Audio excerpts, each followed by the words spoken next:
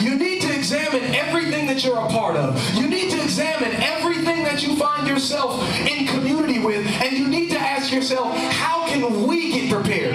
God doesn't just prepare individuals. God also prepares organizations. He prepares families. He prepares units. And you might just miss it if you're only worrying about how I can get prepared and you're not worried about how we can get prepared. Because I honestly feel like as a church, we're in the midst of a tilling season. As a church, we're in the midst of preparation for the harvest that God is eventually going to bring. So everybody needs to be on the same page saying, what do I need to do to help the whole? How do I need to participate to help the community? Ants work in colonies because they know that what I do ultimately impacts every other ant around me. And during the tilling season, if you want to be successful, don't just focus on you. Focus on how you can get your kids prepared. Focus on how you can get your husband or wife prepared. Focus on how you can get your co-workers prepared. Focus on how you can get your church prepared. Because God's not only getting you ready for something, but He's getting everything that you're connected to ready for something. And if what you're connected to goes to the next level, then you go to the next level with it. This is a community idea. Football season starts today.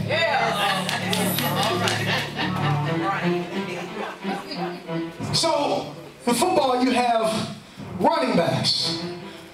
And all during the off season, the running back will do sprints, they'll do weight training, they'll do drills to prepare themselves for the regular season. The running back knows during the off season, I've got to do what's necessary in order to prepare myself for the regular season. The running back can do everything in the off season to prepare himself. But guess what? If his offensive linemen don't prepare themselves, then everything that the running back tries to do once the season hits will come of nothing. So if the running back is smart in the offseason, not only is he training, but he's also checking up on his offensive linemen to make sure they're training. Not only is he doing what's necessary in order to make himself strong and ready for the season, but he's also checking in with the people that will protect him. For those of you guys that don't know, because I know some of y'all just looked at me like, offensive linemen, do they hit home runs? No. Offensive linemen are the people that stand on the line and create holes and gaps in order for the running back to run through. Okay. If the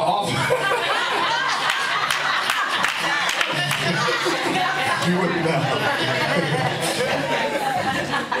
If the offensive linemen are underprepared, then no matter how much the running back prepares, they're not going to be able to gain much yardage throughout the season because they haven't developed this community aspect of the tilling season. That when I'm in the tilling season, not only am I looking at ways I can prepare, but I'm also looking at ways we can prepare. I'm also looking at what my counterparts and what my peers need to do. Because ultimately, if they're successful, then that means I'm successful. Ultimately, if they make it, then that means I make it. And I'm going to put some pressure on you to get strong so that you can create holes for me to run through. And ultimately, as a team, we'll all win during the tilling season. Ants work in colonies. Let me give you a third characteristic of an ant that's interesting. Third characteristic. Ants do not procrastinate.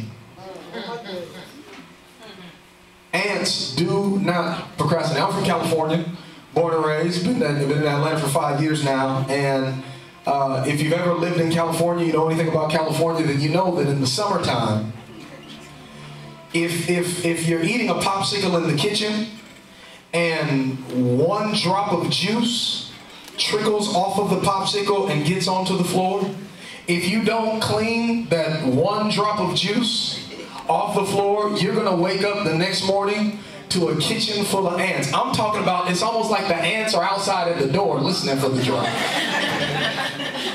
And as soon as they hear the drop, they rush inside, and you wake up, turn on the light, and there are ants all over the kitchen floor. Ants don't kick back and say, let's wait for 2 drops. Let's wait for 3 drops. No, they're proactive. They get going as soon as the opportunity arises. Let me tell you something. The reaping season is different. Because sometimes during the reaping season, God will give you things through favor. But during the tilling season, it's different. God's not just going to drop things in your lap during the tilling season. God's only going to give you in the tilling season what you've prepared for. He's not just going to bless you with stuff just because of favor in the tilling season.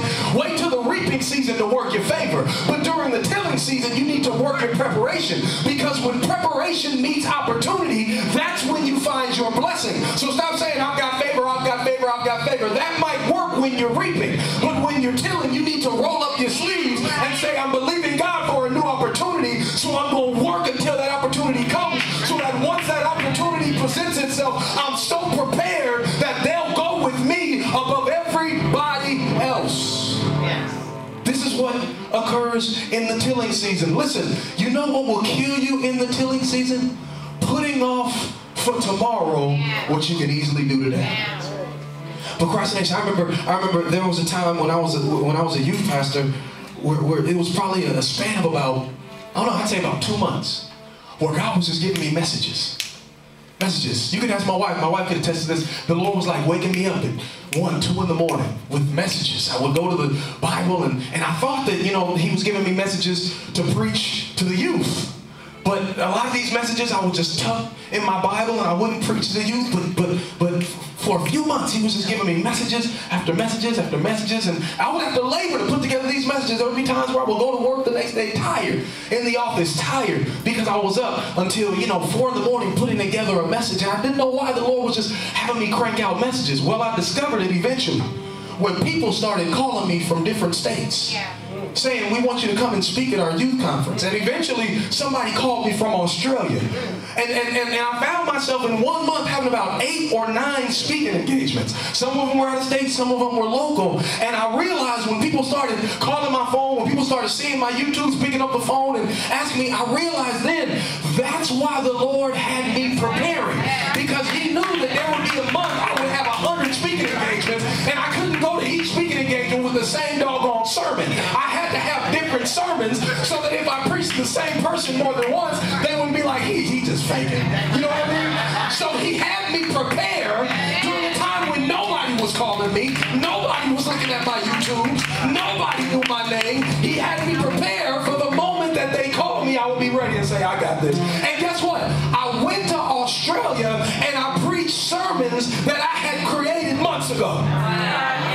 And this year, I'll be going back to Australia for the 3rd time based on some... Come on, y'all know. When you prepare, when you get yourself ready, when you batten down the hatches and do what it takes, once the opportunity presents itself, people won't just call you, but they'll call you back and give you repeat business because you're so prepared. Now somebody tell me, you better get ready. You better get ready. You better get ready. How many guys believe that God is going to do something for you? Well, if you believe that God is going to do something, you need to prepare yourself. Prepare your mind and prepare your heart and prepare your life for everything that God is going to do through your life. They don't procrastinate. They jump on opportunities. And then in verse 7, Solomon stands up and he lists a characteristic of an ant that we all need to adopt. Look at what he says in verse 7 about an ant. He says, it has no commander, no overseer or ruler. When was the last time that you looked at a line of ants and you saw some drill sergeant ants just chilling on the side talking about, yeah, get that leaf, get it, you got it, now take it back onto the hole. Instinctively, that's right. Wow. Ants know, I got some work to do. Yes. I don't need another ant to pump me. I don't need another ant to prime me. I'm self-motivated. See, during the tilling season, you're going to have to get to the point where you don't need a pastor screaming at you. You're going to have to get to the point where you don't need a self-help book. You're going to have to get to the point where you don't need a psychologist or a psychiatrist